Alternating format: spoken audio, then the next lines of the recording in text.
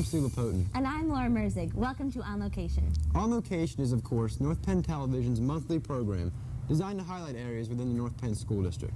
Today we'll be taking a look at the recent craft show at the high school, talk to two students who participated in the Pennsylvania Governor's School this past summer, and learn about a new program at the newly named North Monco Technical Career Center. We will also be visiting a practice of the Penndale Middle School Marching Band, and later I will be talking to Superintendent Dr. Elko about his past few years with the North Penn School District. But first, let's go to On Location reporter Zach Siswick, who recently talked with Dave Kelley, supervisor of custodial maintenance at the high school, about his part in making North Penn High School a great place to learn.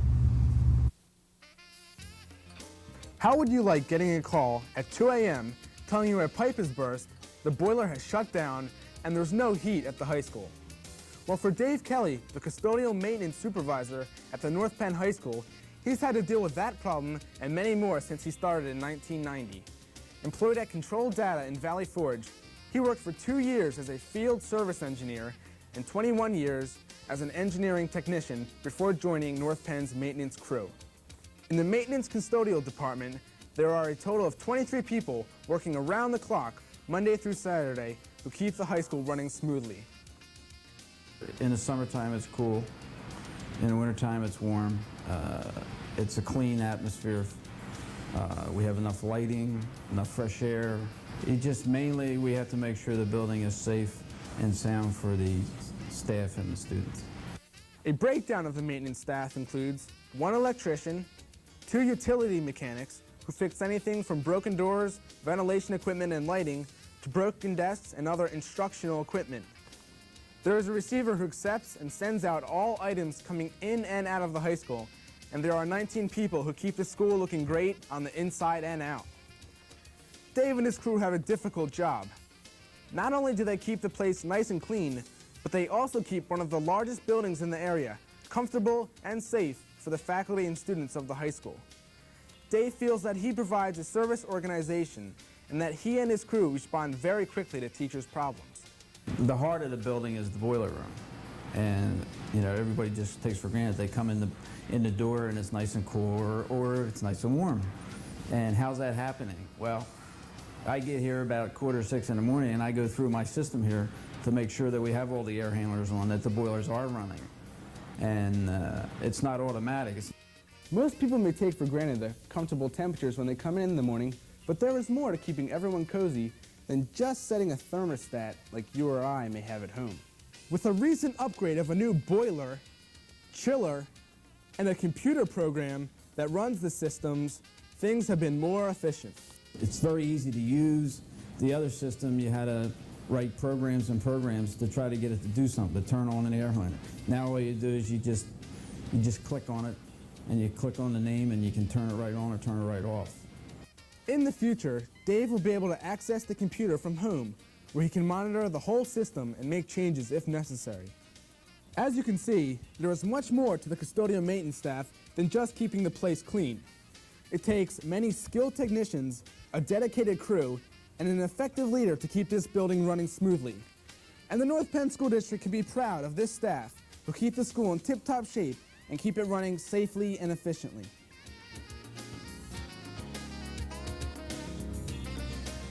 I didn't realize so much work went into keeping us comfortable in school all day.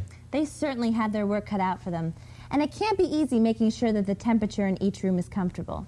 And Dave's crew also helped set up for the numerous events that occur in this building.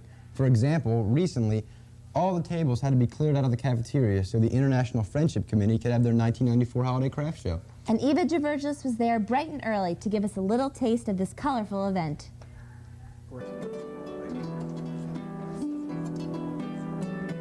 With the holiday season just around the corner, the North Penn Holiday Craft Market gave craft enthusiasts a chance to pick up the perfect gift.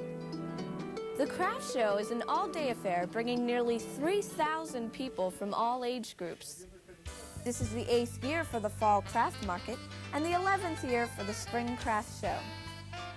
The fundraiser is run by the International Friendship Committee, and it benefits the exchange student program. Proceeds are used for scholarships and grants for North Penn students traveling abroad and exchange students arriving from other countries. If you are a student interested in being involved with the exchange student program, you can talk to Tom Lemon or Carolyn Murphy at the high school. For North Penn Television, I'm Eva DeVirtulis. Back to you, Stu and Laura.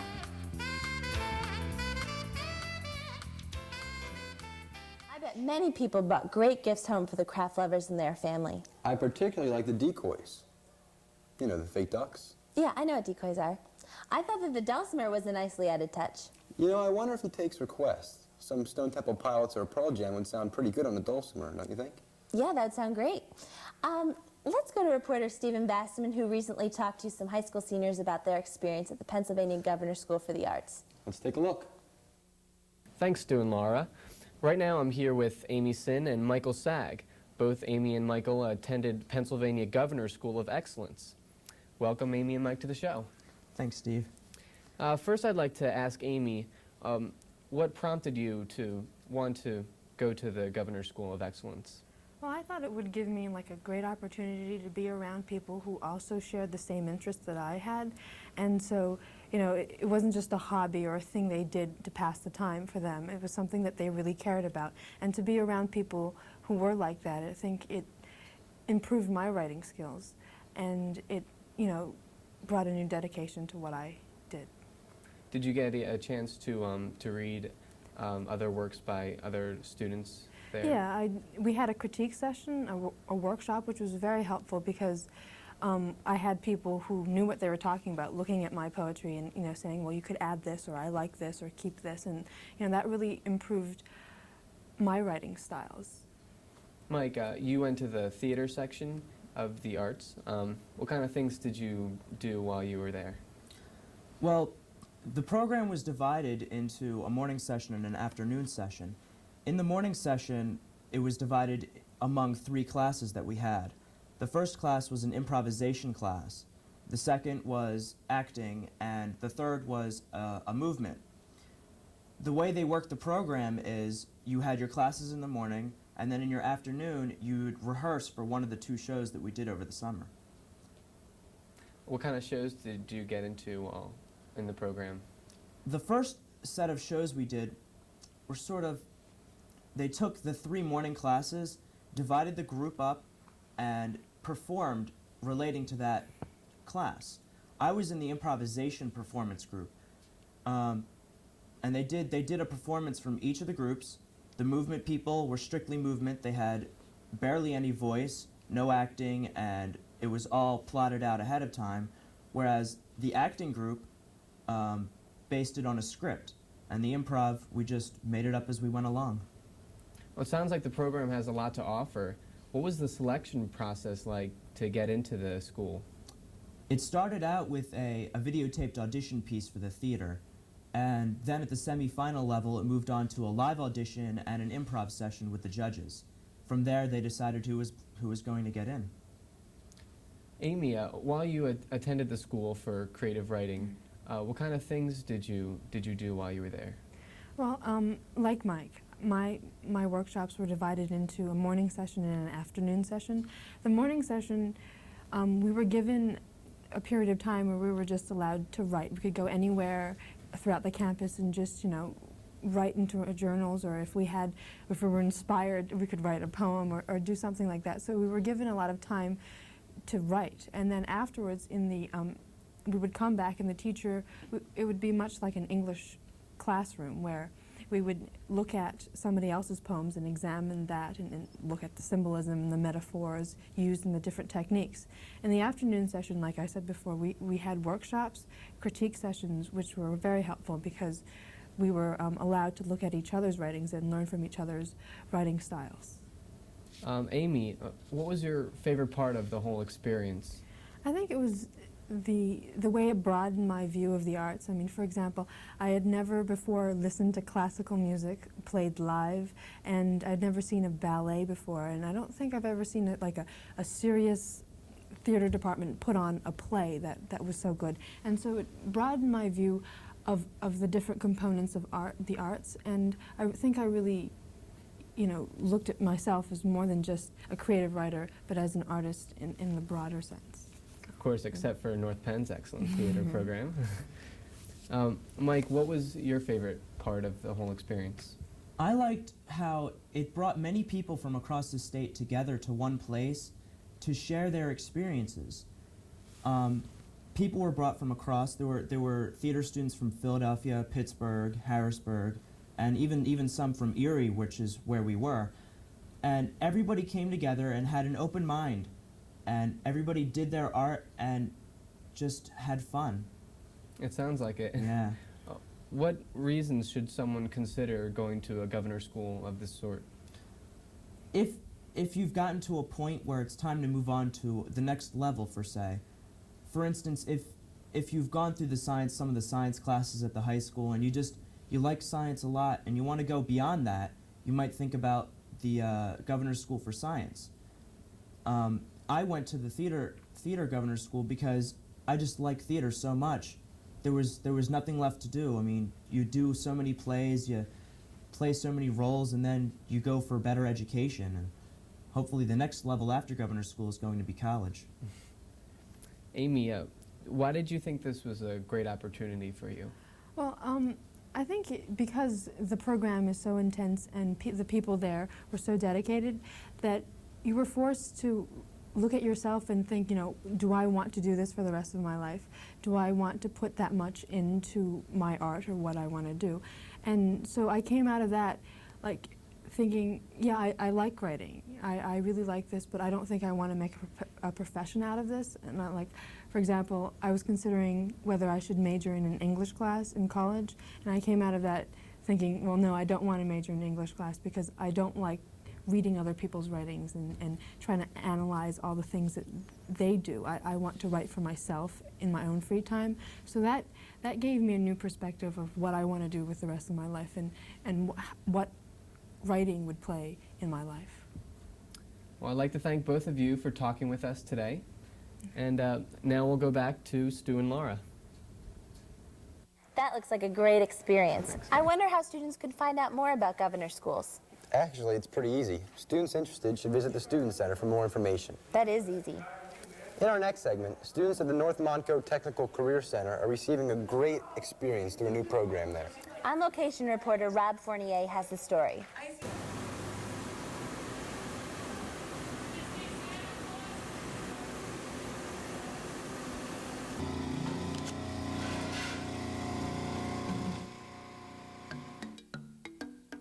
Everyone knows that students of the North Montco Technical Career Center receive a great practical experience at the school on Sunnytown Pike in Lansdale. But not many people have heard of a great new program that allows North Montco students to receive important hands-on training while on the job. Last year, the Pennsylvania Youth Apprenticeship Program was launched at North Montco. The PIAP program, as it is called, is different from the traditional vocational experience in that the student does not spend half their time at the high school and the rest of their time at North Montco. Students who enroll in the PIAP program take all of their academic classes at North Montco, including English, math, science, and social studies, among other things. 2 days out of the week, PIAP students spend an entire day at a selected work site.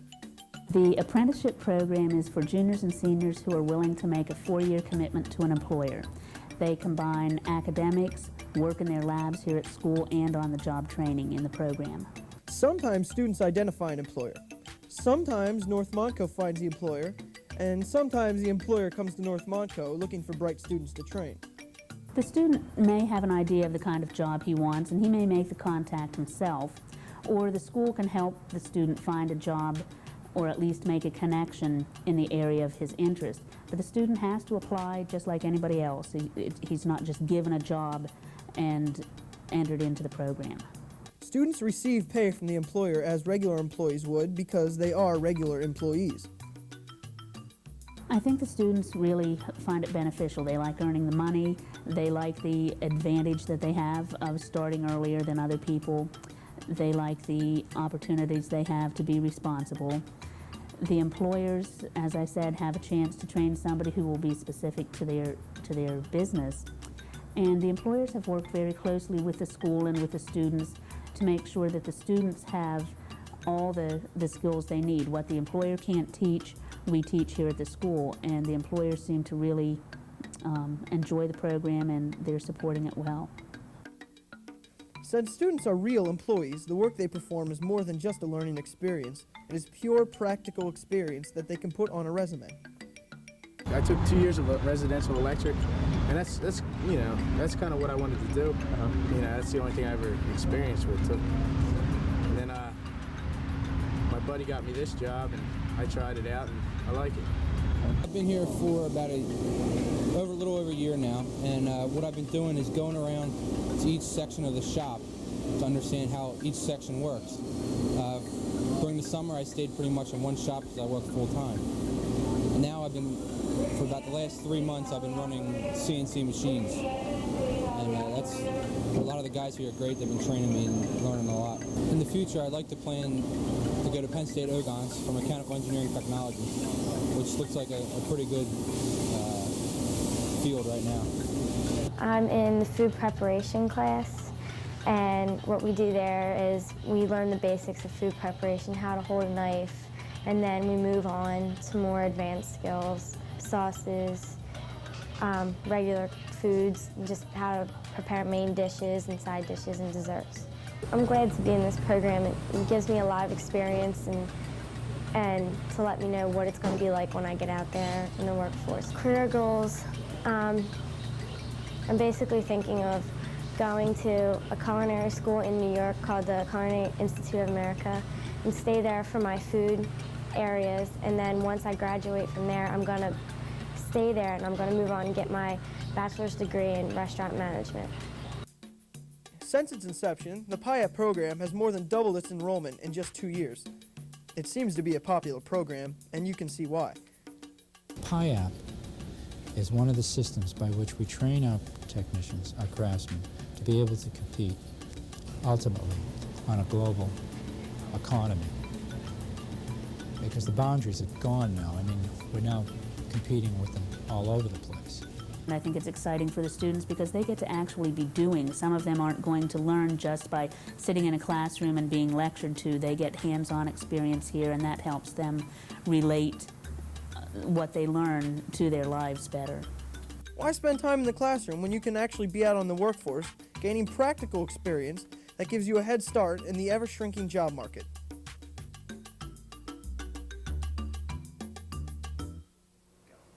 Well, right now we're in the North Penn High School band room, home of the North Penn Marching Knights.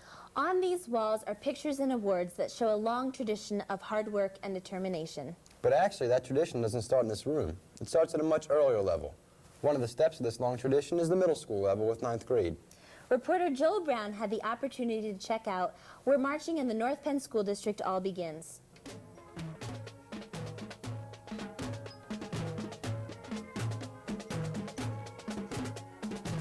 If you were just thinking this was a North Penn Marching Night Band practice, guess again. Actually, what you are seeing is a practice for the Penndale Middle School Marching Band. The Penndale Middle School Marching Band, formerly the North Penn Junior High School Marching Band, consists of 150 members, 100 of which are from the Penfield and Penndale Color Guards. Under the direction of Don Klein, they continue the ongoing tradition of marching in local parades where they sometimes compete. We usually do the Hatfield Halloween Parade, and we do the Mardi Gras Parade, and we do a parade in Souderton. Sometimes we go out where the high school goes to New Holland. And basically any time we're asked to do a parade, we do it if we can. Don Klein is no stranger to the Lansdale JC's Mardi Gras Parade. Performing as either student or student, he's put in time with this parade for years. It's always a good time. This is personally my 24th parade as a teacher, and then I marched in it myself as a student, so I guess it's probably about my 28th parade. So. In addition to parading, the Penndale Middle School Marching Band has added a little something different this year by marching their own mini-field show. This mini-field show is performed by 2 Spanish selections, España and Conquesta, both by David Schaefer, and the song Battlestar by Robert Smith. The drill design for the show was written by Jeff McCoach. The Penndale Middle School Marching Band performed their mini-field show in the exhibition at the Cavalcade of Bands Championship in Hershey, Pennsylvania, and at the Night with the Knights Command performance here in our own Crawford Stadium. With this added piece to the performances of bands comes more practice.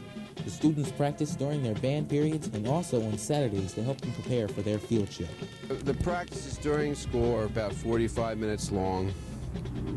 For most kids, 4 times a week. And then we had been having practices this season on Saturdays for 3-hour practices or 4-hour practices. The Penndale Middle School Marching Band sets the basis for students who wish to march in their high school marching nights. When asked whether they would want to continue into the high school marching band, the answers vary. I'd love to do it in high school. Yes. Yeah. No. Yeah. You're planning on joining the marching nights? Marching nights, yeah. I'd love that. Whether the students move on to the marching nights or not, students all seem to enjoy this musical experience. Programs such as the band are just some of the things that Superintendent Dr. Elko said he would miss about North Penn. I had a chance to talk to Dr. Elko about just that and his tenure here at the North Penn School District. Dr. Elko, could you tell us about your background before becoming superintendent at North Penn? Sure, Stuart. 1971, I began my career in education and actually began as a teacher aide working with handicapped students while I was working toward my master's degree in special education. And then in 1972, I became a special education teacher. From there, a school psychologist, a supervisor of special education, an assistant principal, a principal. Then in 1985, I came to the North Penn School District as Director of Pupil Services. And in 1990, I was made the acting superintendent in the school district. And in 1991, was made the permanent superintendent. So I've been superintendent here for 4.5 years.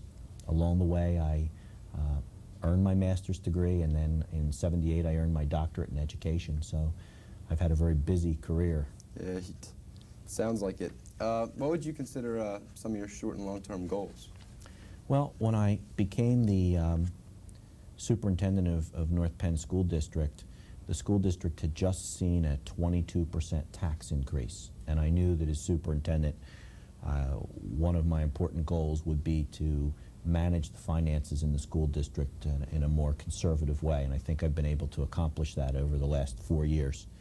But at the same time, I also realized that we needed to not only maintain quality in the schools, but also improve quality in the schools. And I'm proud of a lot of the programs and efforts that have occurred educationally for students in the last 4.5 years as well. Right. What would you consider your biggest accomplishments at North Penn? Okay. I think that one of the most important accomplishments is been able to work with the school board to develop a plan to deal with all of the student enrollment growth in the school district. In the time that I've been the superintendent, we've grown by almost a couple thousand students, and I think that we have been able to do a number of things so that classrooms haven't been crowded. We haven't had to raise class size across the district to address the problems. We've been out front of the student growth problem, and I'm very, very proud of that. I'm also proud of the fact that our curriculum has continued to improve. I think we have a better math program today for students K to 12. There's a lot more hands-on applied mathematics. Our reading program in language arts is stronger than it's ever been. Our science program, I'm particularly proud of the partnership with Merck and the work we're doing with hands-on science. I'm pleased with the school-age child care program. That started during my superintendency, and we can provide that to families before and after school child care. We have over 700 children participating in that program. So they're just some of the things that I feel very good about. A lot of them. What impact do you think you've made on the district? I think that I've made a positive impact. I think in the larger educational community, the school district has been respected as providing a quality education for students.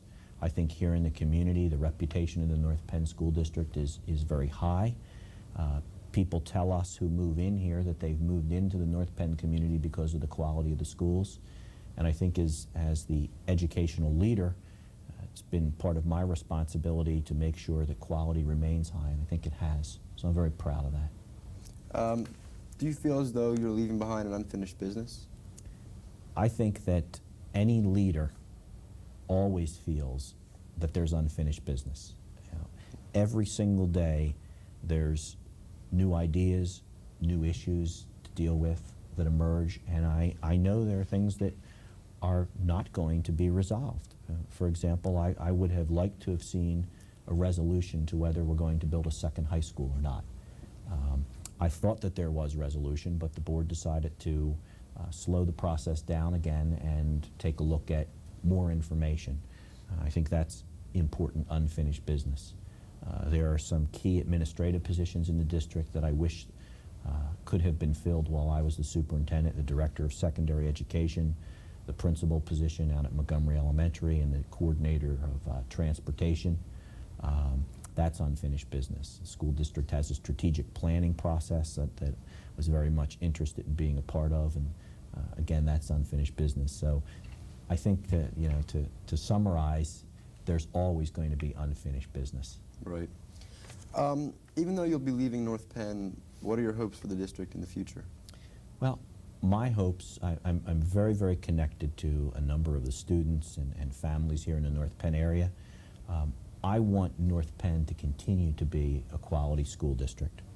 My hope would be that the community would support the schools, support their teachers, that there would be not only financial support for the schools, but verbal support and praise for the people that are doing a good job here. I think employees need a pat on the back, those people that are doing a good job. We have many, many outstanding employees in the school district that make it such an excellent one. My other hope is that we build a second high school. I really believe that in order to deliver a well-rounded quality education for high school students, you have to have a high school where students feel connected with teachers, that they're known by the teachers, that teachers know one another. And I think when you get a high school of 3,000 or 3,400 students, it can become a very anonymous place. And I think that when you get a high school that large, many, many students realize that they can't participate in the sports teams and things like that. You know, you're an example. You're on the golf team and on the baseball team, and I'm sure for you those experiences have been just as important to your own personal development as trigonometry and history. Sometimes even more so. And sometimes even more so. And I think that I want to see a school where students can go out for a team and have a fair shot at making a team, and you know, because it is so important to the development of a student's total self. And so my hope is that the board and the community decides to build a second high school, and we can provide opportunities then for all students in 10th through 12th grade. Right. We were talking a little bit about this before the show, but could you tell us a little bit about your new position as superintendent and why you chose to go there? Mm-hmm. My primary reason for deciding to seek another superintendency is over the last 4 or 5 years as the superintendent here, realized that what I enjoy most about being the superintendent is being around students, being with teachers, being with principals, being out in the buildings. I love when I'm invited by a classroom teacher to come in and read to students, or come to a high school debate or things like that. When you're the superintendent of a school district as large as North Penn, there is an incredible amount of paperwork and meetings and telephone calls, and what I found is I could spend 12 hours a day just handling those aspects of the job and never have an opportunity to be in the schools. I talk to many of my colleagues in smaller school districts, and you know, the smaller the district, the lower the volume of papers, the less complaints, the less issues you have to deal with. I found a really quality school district in New Jersey. A friend of mine at Rutgers contacted me, and it sounded like the perfect opportunity. I applied, and after a number of interviews was offered the job. So I'm going to have the opportunity to be in the schools every single day at North Brunswick. And there are some major universities in the area. Eventually I'd like to teach at the college level. as I wind my career down in public education. And for my family, my son Jeff, as you know, is a senior this year and will be going off to college, and so it's a perfect opportunity for me to change positions now. He'll be able to graduate from North Penn, and my younger son Greg, who's an 8th grader, can start in a high school experience next year, and it's good timing from a family point of view too. What will you miss most about being superintendent at North Penn School District? A couple of different things. First and foremost, the people. Living in this community, having sons who attend the schools here, my wife and I have gotten to know a lot of people and a lot of students. You know, there are young people at our house every weekend, and it's really enjoyable to be around the students. And I've really gotten to know some of the faculty here in the school district and here at the high school very well, and I'll miss the quality of the people and the relationships with those people, and also the excitement here at North Penn. We have such a wonderful staff, and they have wonderful ideas and wonderful energy. This is not a complacent school district. People want to continue to make it better, and I'm going to miss that energy that circulates around those ideas and those people that are dynamic. Yep, I think that's it for today. But thank you for joining us. It was nice talking to you. Thank you, Stuart. Good luck at college next year. Thank you. Well, we will all miss Dr. Elko as superintendent, and we wish him the best of luck at his new job. Hey, Stu, were you nervous when you interviewed Dr. Elko? What, are you kidding me? Dr. Elko and I? Like this. Well, that's it for this edition of On Location. We hope you enjoyed your time with us today. Join us again. Until next time, I'm Stu Lapotin. And I'm Laura Merzig. We'll see you next time when we go On Location.